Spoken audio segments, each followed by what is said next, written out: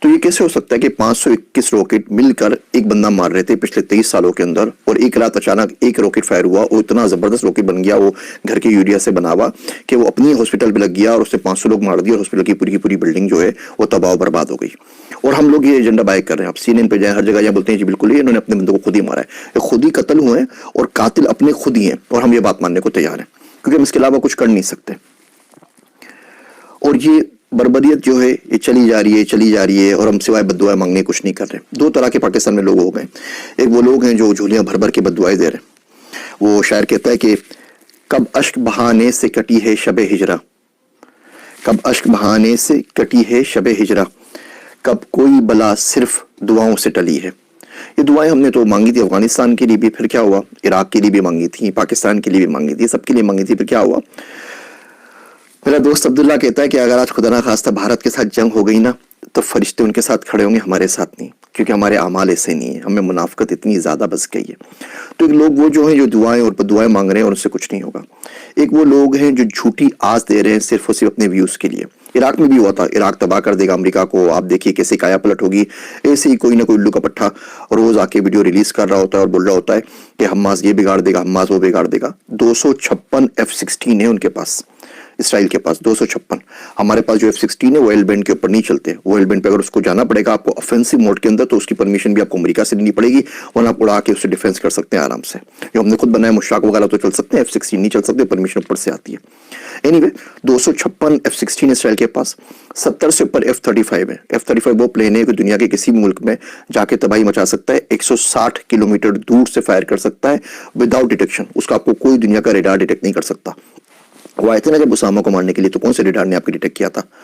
تو یہ اصل صورتحال ہے، وہ بالکل نیست و نابود کر کے چلے جائے گا، دنیا اس کے ساتھ کھڑی ہوئی ہے اور آپ سوائے اپنی لاشیں دفنانے کے کچھ نہیں کر سکتے، اور یہ بددعاؤں سے کام نہیں چلتا۔ اب کریں تو کریں کیا؟ ٹھیک ہے، دیکھیے پہلی بات تو اس ملک میں رہنا کیوں ہے جو اتنے کمزور ہیں، اس ملک میں کرنا کیا ہے کہ ہم لوگ 1.5 بلین 1.6 بلین مسلمان مل کے ایک پانی کی بوتل غزہ میں نہیں پہنچا سکیں، مرتے ہوئے بچوں کے پاس اس ملک میں رہنا کیوں ہے؟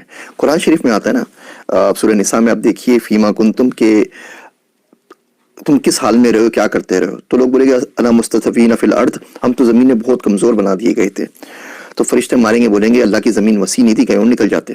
تو اگر آپ ملکوں میں کمزور ہو گئے جہاں پہ آپ کو بات کرنے کی پرمیشن نہیں ہے، جہاں بول نہیں سکتے، تو کسی اور ملک میں چلے جائیے، بات تو کر سکے نا۔ اب یہاں راشدہ طالب ہے مشیگن کی جو کانگریس وومن ہے، وہ ایک بندی نے انی مچائی ہوئی نا، پورے ملک کے اوپر بھاری پڑ گئی ہے، بول بول کے پورا میڈیا پاگل ہو گیا، وہ کچھ نہیں کر سکتے کہ وہ امریکہ میں بیٹھی ہوئی ہے۔ یہی راشدہ طالب اگر پاکستان میں ہوتی نا تو عافیہ صدیقی کی طرح آپ کے اپنے بندے اس کو بھر کے گاڑی میں لوڈ کر کے بھیج دیتے کہ بھائی اس کو بھی لے جائے، اور بعد میں پھر ماتم کرتے رہتے کہ ہماری بچی لے گئے، ہماری بچی لے گئے، ہماری بیٹی لے گئے، ہماری بہو لے گئے، ہماری پاکستان کی تختر لے گئے، ساری بکواس کر رہے ہو تو خود دے دیتے ہیں۔ لال مسجد کا واقعہ ہوا تھا نا تو ہم میں سے کتنے باہر نکلے تھے، وہ تو اپنی گھر کے اندر مسجد ہے نا اسلام آباد کے اندر، وہاں بھی گولیوں کی برسات ہو گئی تھی، اور ایسے واقعات ہوتے رہتے ہیں، کبھی کوئی واقعہ ہوتا ہے، کبھی کوئی واقعہ ہوتا ہے، کبھی کوئی واقعہ ہوتا ہے، سارے واقعات ہمارے پاس ہوتے رہتے ہیں اور اس کی سنگن کچھ نہیں ہوتی۔ تو اس ملک سے باہر نکلیں۔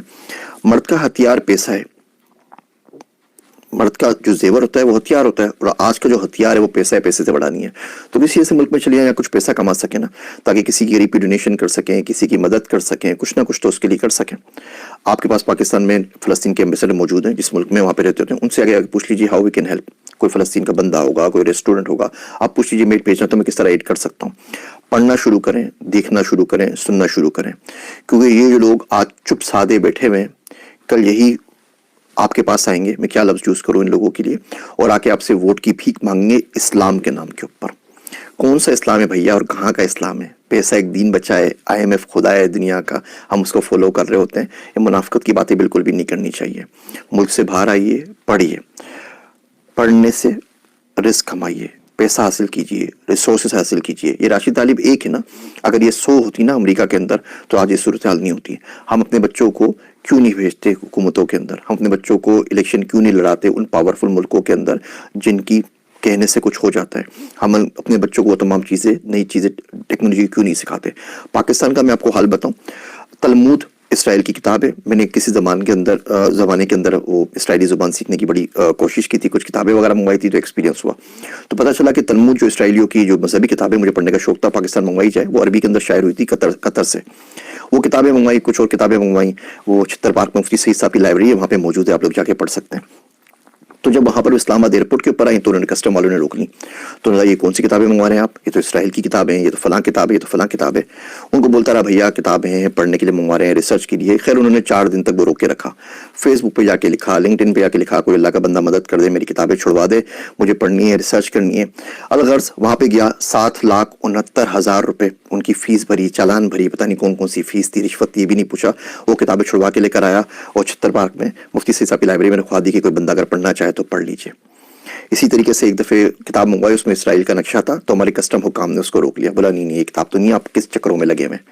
میں کہا یار بھیا پڑھ رہا ہوں, ملک کے بارے میں جاننا چاہتا ہوں, جا تو سکتا نہیں پاکستانی پاسپورٹ کے اوپر, کم سے کم سمجھنے تو دو, پڑھنے بھی دو. وہ پرمیشن نہیں ملی. ایون انڈیا سے کچھ کتابیں منگوائی, وہ آج تک نہیں مل سکی, کسٹمز نے روک لی. یا امریکہ میں مل جاتی. یہ دیکھیے یہ نقشہ لگا ہوا ہے انڈیا کا, یہ پرانا نقشہ لگا ہوا ہے. میں جا رہا تھا کہ کس طریقے سے انڈیا کو پڑھوں, انڈیا کا مجھے بڑا شوق ہے اور بڑی خواہش ہے جا کے وزٹ بھی کروں. وہاں سے انویٹیشنز بھی آئے ہوئے ہیں ٹاک کے لیے اور بات چیت کرنے کے لیے. ان کے بورڈ نے رابطہ بھی کیا تھا کہ آپ ہمارے بچوں کے لیے 5ویں کلاس کی بک لکھ دیجیے. میں کہا بھیا لکھ تو دوں گا AI کے اوپر بک, لیکن اس کے بعد پاکستان نہیں آ سکوں گا, مار ڈالیں گے, تو بہت بہت معذرت.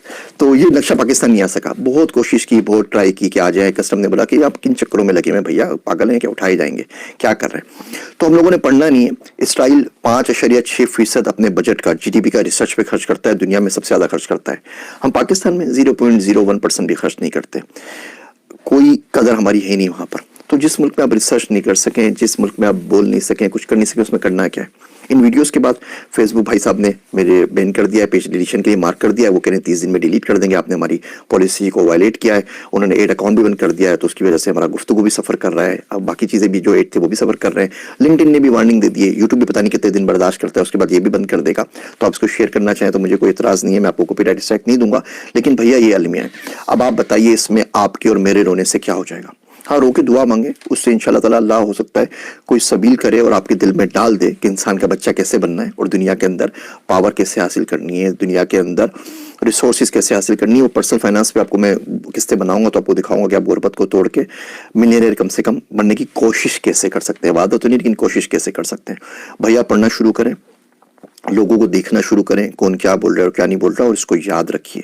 یہ جتنے بھی آپ کے پاس آ رہی نا ویڈیوز فلسطین کی, واٹس ایپ پہ آتی ہیں, فیس بک پہ آتی ہیں, لنک پہ, اس کو زیادہ سے زیادہ شیئر کریں تاکہ آپ کی میموری میں کچھ عرصے تک تو باقی رہے نا کہ ہم لوگوں کے ساتھ کیا اور کب ہوا تھا. اور یہ بات یاد رکھیے گا کہ 55 اسلامک ملک, 1.6 بلین مسلمان غزہ کے اندر مرتے ہوئے بچوں کے لیے پانی کی ایک بوتل نہیں بھیج سکے.